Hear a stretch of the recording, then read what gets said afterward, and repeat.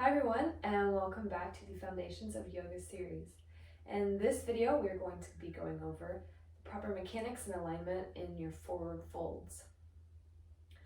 So whether you're standing or whether you're seated, it's going to be very similar function, and the main thing is where you're folding from and how you fold. So I want to start by turning sideways, and the most important thing is to recognize that you're folding from the hip crease and not the waist. So let me show you the difference. If I'm folding from my waist, here's how the fold is going to look. My back is going to be rounded as I come down. Okay? Now, if I'm folding from the hips, then the hips are sent back and the back is flat as I come down. The difference is, one, you're keeping the back safe when you fold with a flat back, and two, you're deepening the stretch because you're sending the hips back, which is lengthening out the hamstrings longer. Versus when you fold from the waist, the hips stay tucked, which shortens the hamstrings. So you don't want to tuck the hips, you want to tilt them back or tilt the front of the hips forward. So that's the first thing, is to kind of go over and understand movement in the hips and make sure that you can, or that you're familiar with that movement, maybe even just practicing this movement. So the difference between tucking and tilting. So one, I ask you a lot of times, like in the last video on foundation, I asked you to tuck your hips in mountain pose because it aligns the spine straighter when you're in an upright standing position.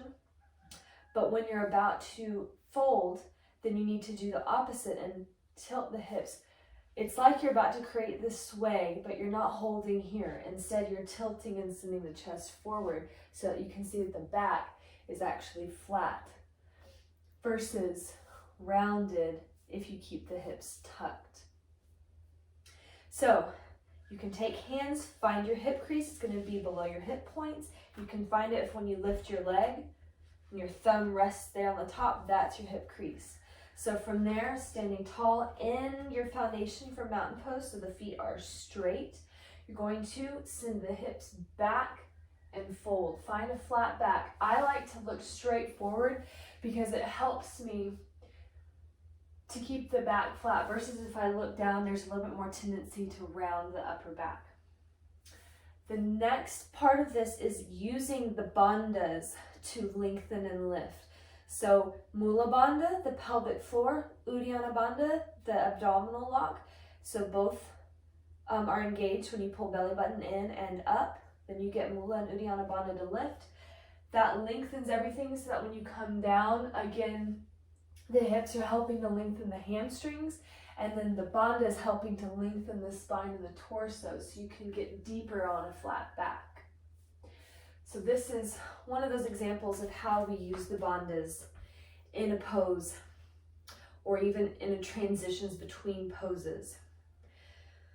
So whether you're standing or whether you're seated, I'll show you again from standing forward folds, this time with my feet together, hands at my hip crease. I inhale, engage Mula and Uddiyana Bandhas, and I exhale, send the hips back. Fold from the hip crease with a flat back. And then once I've hit as far as I can go with a flat back, I allow the upper body then to relax down. Now, depending on how flexible your hamstrings are, and if you're a beginner and haven't done a lot of physical activity, or if you have done a lot of physical activity like running or cycling, then you're going to have really tight hamstrings probably. So odds are you're going to find your flat back, the extent of your flat back, somewhere around here. You might not even get down to 90 degrees. That's fine. So you start there, and then you allow your upper body to relax down. And it's okay if you round once you're here, as long as you got there with a flat back, because then you know you have engaged the hips and you're lengthening the hamstrings as much as you can before you relax down. So allow yourself to be where you are. Don't get caught up in, I have to reach the floor, because it is not about reaching the floor. It is about lengthening your muscles and creating length in the torso as well as in the hamstrings to fully stretch and to get deeper into the stretches. Because while someone who's rounding and reaching through the shoulders and trying to touch the ground might be touching the ground, you're going to get a better stretch if you kick the hips back and hold here in the hamstrings and in the backs of the legs.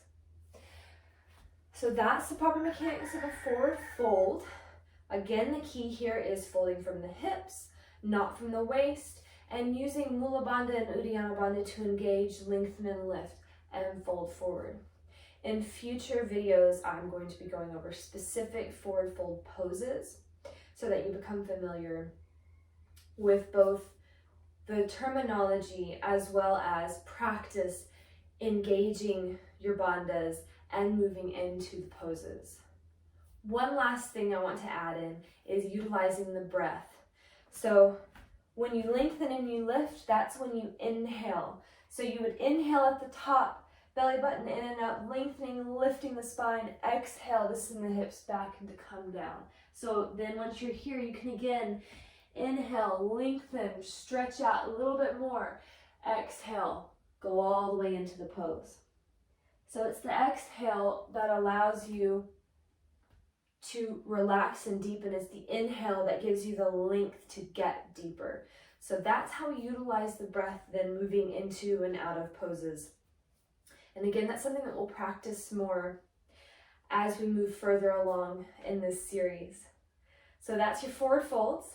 Next video, we're going to be going over back bends, and I'll see you then.